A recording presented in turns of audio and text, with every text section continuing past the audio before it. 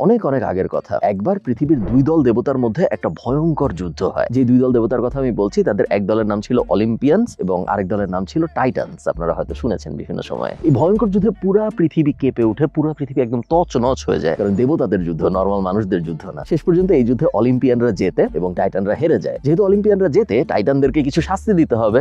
শাস্তি হিসেবে ঠিক করা হয় টাইটানদের যে রাজা, তাকে একটা পাহাড় মাথায় নিয়ে দাঁড়ায় থাকতে হবে। কতদিন পর্যন্ত দাঁড়ায় থাকতে হবে? আজকের থেকে শুরু করে একদম পৃথিবীর ইতিহাসের শেষ দিন পর্যন্ত পাহাড় মাথায় নিয়ে দাঁড়ায় থাকতে হবে। ওই রাজাটার নাম ছিল অ্যাটলাস। অ্যাটলাস মাউন্টেন পৃথিবীর সবচেয়ে ফেমাস পাহাড়গুলোর একটা, এবং এই পাহাড়ের পেছনের গল্পটাই এটা যে এই পাহাড়টা অ্যাটলাস নামে একটা দেবতা মাথায় নিয়ে দাঁড়িয়ে আছে, তাকে শাস্তি হিসেবে এই কাজ করতে দেওয়া হয়েছে এবং পৃথিবীর শেষ দিন পর্যন্ত সেই পাহাড় মাথায় নিয়ে দাঁড়িয়ে থাকবে। Welcome too Morocco. আমার মাথার এই পাশে সূর্য, আপনারা বুঝতেই পারছেন, এবং এই জায়গাটায় বেশ গরম। অ্যাটলাসের উপরে আমি দেখতে পাচ্ছি বরফ। আজকে আমরা মরক্কোতে ঘুরবো, কালকে আমরা মরক্কোতে ঘুরবো, আগামী কিছুদিন আমি আপনাদের মরক্কো ঘুরে দেখাবো। চলুন শুরু করা যাক। হ্যালো সবাইকে, গুড মর্নিং। পিছনে আপনারা ঘড়িতে দেখতে পাচ্ছেন 6টা বাজে। মরক্কো যাচ্ছি, একটু পরেই ফ্লাইট। আয়ারল্যান্ড থেকে প্রায় 4 ঘন্টার মতো ফ্লাইট এবং রিটার্ন ট্রিপে খরচ হবে 110 ইউরো। আমার গলা এখনো ভেঙে ভেঙে আসতেছে, কারণ আমি এখন আসলে ঠিক মতো উঠি নাই, যেহেতু মাত্র ভোরবেলা। আশা করছি আগামী 1-2 ঘন্টার মধ্যে আমি অনেক সতেজ হয়ে যাব। আমার প্ল্যান হলো আপনাদেরকে মরক্কো ঘুরে দেখানো। শুধু তাই না, মরক্কো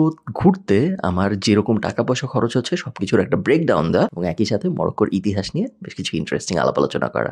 চলুন শুরু করা যাক। 4 দিনের জন্য ক্যাট সিটার আসবে এবং ক্যাট সিটার এসে মাকলু এবং পিকলুকে খাবার দিয়ে যাবে প্রত্যেকদিন এবং কিছুক্ষণ খেলে টেলে যাবে। এটাই পরিকল্পনা। 4 দিনের জন্য ক্যাট সিটার বুক করতে খরচ হয়েছে 70 ইউরোর মতো। ওটা আমরা হিসাবের মধ্যে রাখবো না।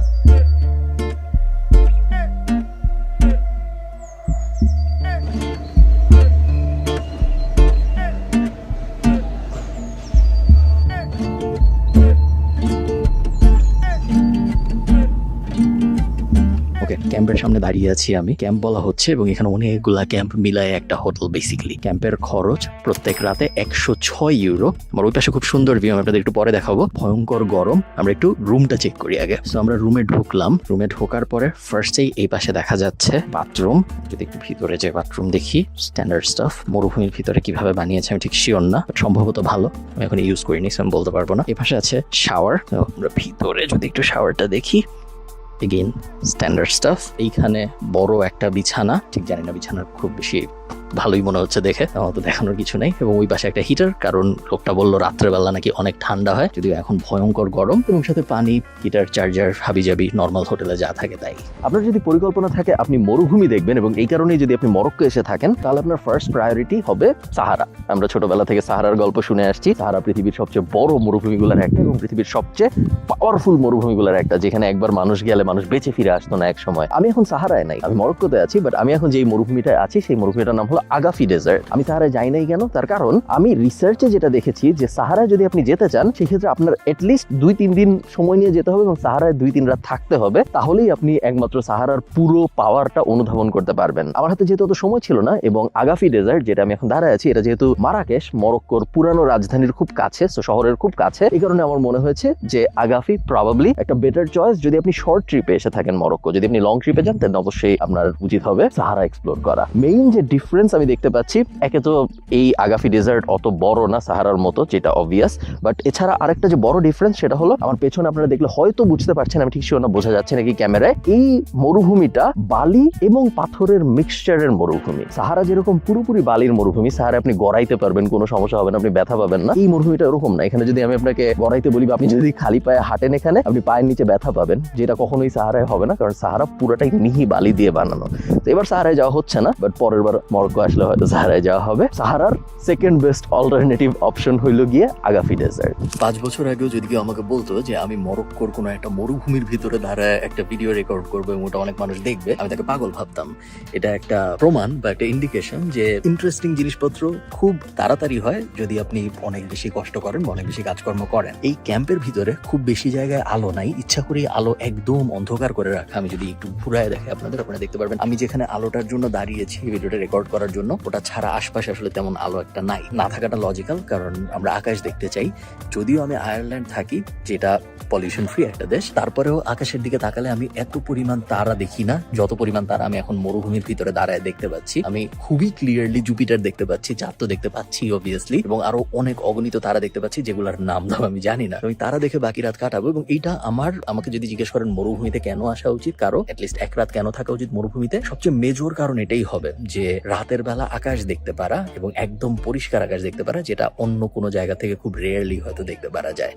মরুভূমি থেকে সবাইকে টাটা, সবার সাথে আমার দেখা হবে মারাকেশে কালকে সকালবেলা। আমি এখান থেকে চেক আউট করে মারাকেশের উদ্দেশ্যে রওনা দিব। মরুভূমি থেকে একদম সরাসরি চলে আসছি মারাকেশের একদম ভিতরে, এত ভিতরে যেখানে সাধারণত অত টুরিস্ট আসে না। এবং এইটা হবে আমাদের হোটেল আগামী 2 দিনের জন্য 109 ইউরো। বেশ সুন্দর এবং বেশ সুন্দর অ্যাটমসফিয়ার দেখা যাচ্ছে এবং খুবই হোমলি। হাজব্যান্ড ওয়াইফ চালায় 2 জন মিলে। ওয়াইফের সাথে কথাও হইলো, হাজব্যান্ড বাসায় নাই। রুম এইটা আমার, বাট উপরেও 2-3টা রুম আছে। তেমন আহামরি বড় হোটেলের রুম না, সম্ভবত টোটাল ক্যাপাসিটি 3 রুমের, এবং এদিকে ড্রয়িং রুম। তো বেসিক্যালি একটা হোমকে রিনোভেট করে, বা ওদের ভাষায় রিয়াদকে রেনোভেট করে ওরা এরকম একটা হোটেল বা ছোট একটা বিএনবি বানিয়েছে। মাত্র আমি ছিলাম ওইখানে এবং এখন আমি চলে আসছি দোতলায় এবং এদিক দিয়ে নিচে নামবো। নিচতলায় হলো গিয়ে রুম। মরক্কোর 4টা বড় শহরের একটার নাম হলো মারাকেশ। এখন আর মারাকেশ রাজধানী নাই, এখন রাজধানীর নাম রাবাত, বাট একসময় মারাকেশই ছিল মরক্কোর রাজধানী। এই শহরের ইতিহাস বেশ পুরানো, আপনারা বুঝতেই পারতেছেন।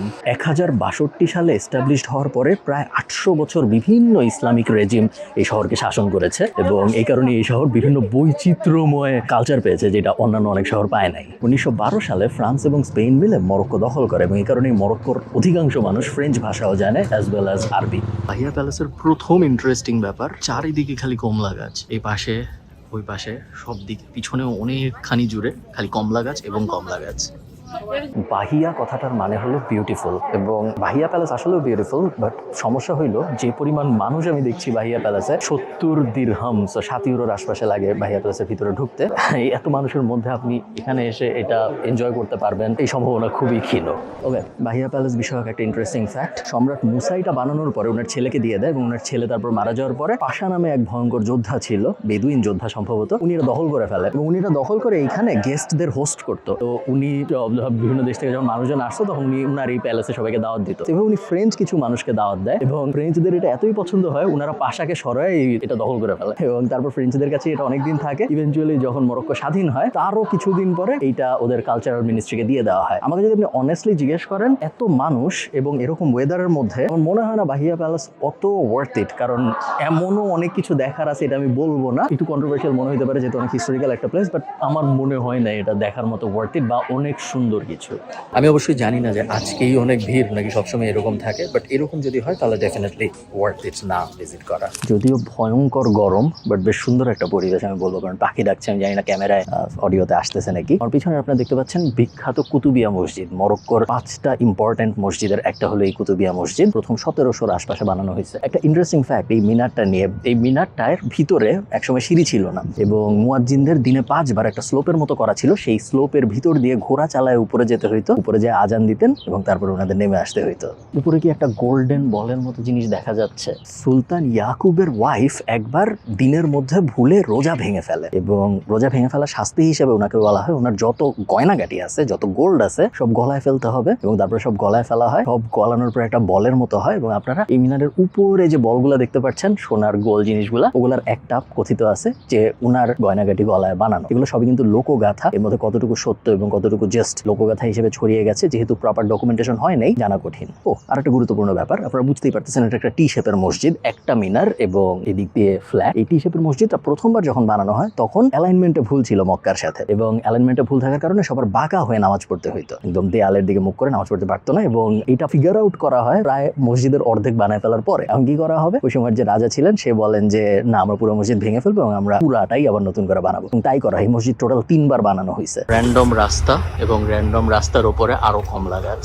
পৃথিবীর সবচেয়ে বড় এবং সবচেয়ে সিগনিফিকেন্ট মাদ্রাসাগুলোর একটা হলো এই বেন ইউসুফ মাদ্রাসা। অসাধারণ সুন্দর দেখতে এবং হাইলি রেকমেন্ডেড। যদি আপনি মরক্কো আসেন তাহলে অবশ্যই বেন ইউসুফ মাদ্রাসায় আসতে। এই মুহূর্তে এখন এটা মাদ্রাসা হিসেবে অ্যাক্টিভেটেড নাই, এটা এখন হয়ে গেছে একটা কালচারাল হাব যেখানে অনেক টুরিস্টরা আসে এবং ইসলামিক ঐতিহ্য স্পেশালি মাদ্রাসার ঐতিহ্যের ব্যাপারটা এনজয় করে। যখন এই জিনিস অ্যাক্টিভেট ছিল তখন এইখানে লাখ লাখ লাখ লাখ স্টুডেন্ট মাদ্রাসার শিক্ষা নিয়েছে এবং লাখ লাখ ভালো মুসলিম তৈরি করেছে এই মাদ্রাসাটা, যে কারণে এই বেন ইউসুফ মাদ্রাসাটাকে অনেক সম্মানের সাথে অনেক মর্যাদার সাথে দেখা হয়। ফানি স্টোরি, বেন ইউসুফ মাদ্রাসা কিন্তু বেন ইউসুফ যে নাম উনি বানায় নাই, উনি ছিল মরক্কোর প্রতিষ্ঠাতাদের একজন এবং উনাকে ট্রিবিউট দেওয়ার জন্যই মূলত বেন ইউসুফ মাদ্রাসার নাম বেন ইউসুফ মাদ্রাসা রাখা হয়েছে। 130টা রুম ছিল এবং 130টা রুমে টোটাল 900 স্টুডেন্ট থাকতে পারতো এক সময়। 500 বছরেরও বেশি সময় ধরে এই মাদ্রাসা অ্যাক্টিভেটেড ছিল। তো লাখ লাখ মানুষকে, আপনারা বুঝতেই পারছেন কত মানুষকে এখানে মাদ্রাসার শিক্ষা দেওয়া হয়েছে এবং পুরো আফ্রিকার, মাদ্রাসা তো আসলে একটা স্কুলই, তো পুরো আফ্রিকার একটা প্রপার এডুকেশনাল হাব ছিল এই বেন ইউসুফ মাদ্রাসা। এটা হলো example of a student room. এরকম স্টুডেন্ট রুম ছিল 900টা এই মাদ্রাসার ভিতরে। এবং আমরা যদি একটু আসার চেষ্টা করি, এইখানে দেখা যাচ্ছে ভিতরের এই জায়গাটার এক্স্যাক্ট কি কাজের জন্য ব্যবহার হতো আমি ঠিক শিওর না, বাট আমার ধারণা ব্যবহার হতো নামাজের জন্য। এবং এখানে এই বড় জায়গাটা আছে, এদিকেও আমরা রুম দেখতে পাচ্ছি স্টুডেন্টদের। একটা এরকম জায়গায় 3 জন স্টুডেন্ট থাকতো 3টা ছোট রুমের ভিতরে, মাঝখানে একটা হলওয়ে। বেন ইউসুফের ভিতরে হাঁটলে বোঝা যায় এই জায়গাটা কত সুন্দর। আমি একটা স্টুডেন্টের রুমে ঢুকতেছি এখন এবং আমাকে হয়তো খুব ভালো দেখা যাচ্ছে না, বাট জায়গাটা খুবই সুন্দর এবং খুবই শান্তির। বোঝা যায় যে খুব সুন্দর একটা মাদ্রাসা ছিল যখন এই মাদ্রাসাটা চলমান ছিল। এবং ছোট্ট ছোট্ট স্টুডেন্টদের খুব সুন্দর গোছানো রুম এবং সুন্দর হলওয়ে, সুন্দর জানালা দিয়ে বিশাল সুন্দর ভিউ দেখা যায় এখন, বাট তখন নিশ্চয়ই আরো সুন্দর ভিউ দেখা যেত। ওভারঅল অসাধারণ এক্সপিরিয়েন্স এবং এই মাদ্রাসায় আসাটা অবশ্যই হাইলি রেকমেন্ডেড হবে যদি আপনি মরক্কো আসেন। আমি গুগলে পড়ে আসছিলাম, খুব সুন্দর একটা লাইন আছে এই মাদ্রাসায় ঢোকার সময়, যে এই মাদ্রাসায় ঢুকে কেউ যদি কিছু চায় তাহলে সে যা চায় তার থেকেও তার সাথে অনেক ভালো কিছু হয়। ওই লাইনটা আমি খুঁজে পাচ্ছি না কোথায় লেখা, নাহলে আপনাদের দেখাতাম। এই দিনের ট্রিপে আমি ফার্স্টেই যে জায়গায় গিয়েছিলাম সেটার নাম হলো অ্যাটলাস স্টুডিও। মরক্কোর থেকে একটু বাইরে, বাট খুব বেশি দূরে না, বেশিক্ষণ লাগে না যাওয়ার জন্য। এই অ্যাটলাস স্টুডিও দেখে আমার বেশ অদ্ভুত একটা সেলফ রিয়েলাইজেশন টাইপ অভিজ্ঞতা হয়েছে। আমরা সবাই জানি যে সিনেমা টিনেমা আসলে ফেক, বাট সিনেমা যে এত ফেক এটা আসলে আমি রিয়েলাইজ করি নাই এই অ্যাটলাস স্টুডিওতে যাওয়ার আগে। সিনেমা তো ফেক, এটা আমরা সবাই জানি, বাট সিনেমা দেখতে থাকলে না অনেক সময় আমরা রিয়েলাইজ করি না যে লোকেশনের ভিতরে যে সিনেমাটা রেকর্ড করা হচ্ছে ওই লোকেশনটাও ফেক। অ্যাটলাস স্টুডিওর ভিতরে যে আমি দেখছি যে বিশাল বিশাল, আমি গত বছর ইজিপ্টে যে আসল জিনিসগুলো দেখেছি, যে হাবু টেম্পল কথার কথা বা কার্নাক টেম্পল কথার কথা, ওগুলার ফেক রেপ্লিকা ভার্সন বানায় রাখা, যেটা টাচ করে না ধরলে বা বাড়ি দিয়ে না দেখলে বোঝার উপায় নেই যেটা আসলে ফাঁপা। তো ওই অ্যাটলাস স্টুডিওর ভিতরে সবকিছুর ফেক জিনিস বানায় রাখা। আফ্রিকার সবচেয়ে বড় studio Atlas studio, movie studio, এবং ওয়ার্ল্ডের সম্ভবত 3rd লার্জেস্ট স্টুডিও অ্যাটলাস। বিশাল জায়গা জুড়ে একটা স্টুডিও, যে স্টুডিওর মধ্যে জেমস বন্ডের প্রথম সিনেমায় যে ফারারি ছিল যেটা উড়ায় ফেলা হয়, ওটার যে রেপ্লিকা ওইটা বানায় রাখা। এই ধরনের জিনিস বড় বেশ ফ্যাসিনেটিং এক্সপিরিয়েন্স। এবং ওই স্টুডিওর ঠিক পাশেই একটা ছোট্ট গ্রামের মতো আছে, বিশাল একটা অঞ্চল জুড়ে একের পর এক বাড়ি, এবং ওই বাড়ির সবাই নাকি বিভিন্ন মুভির, ওখানকার মেইন জীবিকা নির্বাহের উপায় হলো বিভিন্ন সিনেমার এক্সট্রা হিসেবে কাজ করে। তো যখনই আপনারা কোনো সিনেমায় দেখেন যে আফগানিস্তানের যুদ্ধ দেখানো হচ্ছে বা ইরানের যুদ্ধ দেখানো হচ্ছে বা এই ধরনের কোনো মিডল ইস্টার্ন বা আফ্রিকান কনফ্লিক্ট যখন দেখানো হয়, এগুলো তো আসলে আফগানিস্তানে যায় শুট করা সম্ভব না বা ইরানে যেয়ে শুটিং করা সম্ভব না, ওগুলো সবই আসলে শুটিং করা হয় মরক্কোতে। কারণ মরক্কো হইলো অনেকটা একই রকম দেখতে, এবং ওই জায়গাটা স্পেশালি এমনভাবেই বানিয়েছে ওরা যে দেখলে পুরো মনে হবে আপনার যে আপনি আফগানিস্তানের মধ্যে বসে আছেন বা আপনি ইরানের কোনো একটা প্রাদেশিক টাইপ জায়গার মধ্যে বসে আছেন। এই কারণে ওই জায়গার ভিতর দিয়ে আমি যখন হাঁটছি, জিনিসটা এত ফেক যে ইটস ফ্যাসিনেটিং। আপনাদের মনে থাকার কথা, আমার গত বছরের ইজিপ্টের ব্লগ যারা দেখেছেন তারা জানেন যে যখন আপনি কোনো ট্যুর নেন, স্পেশালি এইসব দেশে, যেসব দেশে একটু আনঅর্গানাইজড জিনিসপত্র, ইউরোপ আমেরিকার মতো একদম গোছানো না, সব জায়গায় একটু নেগোসিয়েশনের ব্যাপার থাকে, একটু দামাদামি করার ব্যাপার থাকে বা একটু ধুরন্দরপনার ব্যাপার থাকে। মরক্কোর ক্ষেত্রে ব্যাপারটা একদমই সেম। ইজিপ্টে যেরকম আমাদেরকে কয়েক জায়গায় নিয়ে যাওয়া হয়েছিল উইথ আ হোপ যে আমরা কিছু একটা কিনবো, মরক্কোতে এটা একবার করা হয়েছে। এই ট্যুরের ভিতরেই আমাদেরকে এক জায়গায় নিয়ে যাওয়া হয় যেখানে আর্গন অয়েল কিভাবে বানানো হয় এটা দেখাচ্ছে। কিভাবে বানানো হয় আর্গন অয়েল আমি জানি না, আপনারা চেনেন নাকি। আপনারা ওই মিমটা হয়তো দেখছেন যে গাছের উপরে একটা ছাগল বসে আছে, ছাগল কিছু একটা খাচ্ছে। মিমটা এখানে দেখানোর চেষ্টা করব। ছাগল যখন গাছের উপরে উঠে, গাছের উপরে ছাগল সাধারণত উঠে আর্গন ফলটা খাওয়ার জন্য, এবং আর্গন অয়েল থেকে শুরু করে আর্গনের কসমেটিক্স, এগুলো বেশ ফেমাস জিনিস, এবং আর্গন অয়েল উৎপাদনের মেইন মেইন জায়গাগুলোর একটা হলো মরক্কো। সো আমাদের এক জায়গায় নিয়ে যাওয়া হয় যেখানে অর্গানাইল কিভাবে প্রোডাকশন করা হয়, কিভাবে প্রডিউস করা হয়, ওগুলো নিয়ে বিশাল জ্ঞান দেওয়া হয় এবং তারপরে প্যাসিভলি নট লাইক ডিরেক্টলি বলতেছে যে আপনাদের এটা কিনতে হবে, বাট এত খাওয়াইছে, এত চাটা দিছে যে ইউ ফিল ব্যাড যদি আপনি কিছু না কিনেন। ওরকম একটা অ্যাটমসফিয়ারের ভিতরে আপনাকে ঠেলে দেওয়া হয় যেন আপনি কিছু কিনেই বের হন, যেটা ট্যুরে বলা হয় না কিন্তু কখনো। যখন আপনি ট্যুর অর্ডার দিবেন, আপনি ট্রিপ অ্যাডভাইজার থেকে নেন বা Booking.com থেকে নেন, যেখান থেকে আপনি ট্যুর অর্ডার দিবেন, কোনো বলা হয় না, আইটিনারির মধ্যে এই ব্যাপারটা থাকে না। এগুলো সাইড দিয়ে ঢুকানো হয় কারণ এইখানের সেলস থেকে ওই ট্যুরের যারা অর্গানাইজার তারা আসলে কমিশন পায়। সো বেশ কুল একটা সাইড কোয়েস্ট। আমি যেহেতু ইজিপ্টে অলরেডি এক্সপিরিয়েন্স করেছিলাম, আমার তেমন আমি অবাক হইনি, শকড হইনি, মোটামুটি এক্সপেক্ট করছিলাম, বাট অনেকের জন্য হয়তো অনেক শকিং এই ব্যাপারটা হবে। আমার বেশিরভাগ ট্রিপে আমার সবচেয়ে বাজে যে ব্যাপারটা লাগে সেটা হলো অনেক সকালবেলা উঠতে হয়। আজকেও সেরকম সকাল 6টার দিকে উঠতে হয়েছে এবং এখন আমি হেঁটে হেঁটে যাচ্ছি আমার পিক আপ পয়েন্টে, কারণ একটা ডে ট্রিপ নিয়েছি 30 ইউরোর মতো, যেটা আমাকে নিয়ে যাবে আইত বেন হাদ্দু এই জায়গাটায়। ওই জায়গায় যাওয়ার জন্য যেহেতু 7টার সময় পিক আপ করবে, এই কারণে আমার উঠতে হয়েছে 6টার আশপাশে। হোটেলের মানুষটা খুব ভালো ছিল, ভোরবেলা লাঞ্চ টাঞ্চের ব্যবস্থা করছে, খুবই হোমলি। বের হয়ে আসার সময় বলতেছিল কিছু ফল টল নিয়ে যাইতে। বেশ ভালো, দেখা যাক ট্রিপ কেমন যায়। মরক্কোর প্রাচীন আর্কিটেকচারের একটা প্রাইম এক্সাম্পল হইল এই আইত বেন হাদ্দু। কোটি কোটি সিঁড়ি বেয়ে উঠতে হয়, আমি মোটামুটি শেষ। মরক্কো এবং সুদানের মাঝামাঝি অবস্থান করায়, যদিও এটা ছোট্ট একটা গ্রাম অ্যাটলাস মাউন্টেনের উল্টা পাশে, তেমন কোনো আহামরি বৈশিষ্ট্য না থাকার পরেও এই গ্রামটা খুব স্পেশাল হয়ে গিয়েছিল, just simply because of the location. এবং এখন এই গ্রামটা মূলত ইউজ হয় মুভি সেট হিসেবে। বিভিন্ন মুভির শুটিং করা হয় এখানে। এই গ্রামে খুব বেশি মানুষ থাকে এরকম না, বাট যারা থাকে তারা সবাই ওই মুভিগুলো এক্সট্রা হিসেবে কাজ করে। যখন সিনেমা হয় না তখন এরা বিভিন্ন ধরনের আর্ট এবং ক্রাফট এই টাইপ জিনিসপত্র বিক্রির চেষ্টা করে, এবং ট্যুরিজম এই গ্রামের মেইন ব্যবসা। মেডিটেরেনিয়ান দুনিয়ার সাথে আফ্রিকার কানেকশনের জন্য এই গ্রামটা খুব ইম্পর্টেন্ট। আপনাদের যদি মনে হয় আশপাশে একটু চেনা চেনা লাগতেছে, তার কারণ হলো রিসেন্টলি মানে গত দশকে এখানে গেম অফ থ্রোনস এর শুটিং হয়েছে এবং খালিসির গ্রাম হওয়ার কারণে এই জায়গাটা অনেক ফেমাস হয়ে গেছে হঠাৎ করে। আরেকটা ইন্টারেস্টিং ব্যাপার, এই শহরে কিন্তু ইলেকট্রিসিটি নাই এবং এটা একটা বড় কারণ যে কারণে এই শহর ছেড়ে অনেক মানুষ 1100 সাল থেকে থাকতো এরকম মানুষজন শহর ছেড়ে চলে গিয়েছে, কারণ ইলেকট্রিসিটি কখনো আসে নাই। সোলার প্যানেল ইউজ হচ্ছে এখন, যারা আছে তারা ইউজ করছে। পানিরও অনেক সমস্যা এবং অনেকদিন পর্যন্ত পানিও পাওয়া যাইতো না, যেটা এখন পাওয়া যায়। ওকে, মরক্কোর ট্রিপ দেখানো শেষ আমার আপনাদের। এরপরে আমি ওখান থেকে চলে গিয়েছিলাম ইসাওয়ারা, যেটা হলো মরক্কোর পোর্ট সিটি। আটলান্টিকের সাগরের ঠিক পারের যে শহর, সেই শহরের নাম হলো ইসাওয়ারা।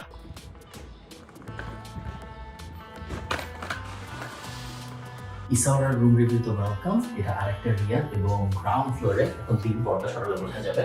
এটা হলো ঢোকার জায়গা। তারপরে এইদিকে একটা লিভিং রুম এবং একটা টিভি আছে, সাথে এখানে বিশাল একটা বিছানা। এখন বাইরে দিনের বেলা, এবং এইদিকে বাথরুমটা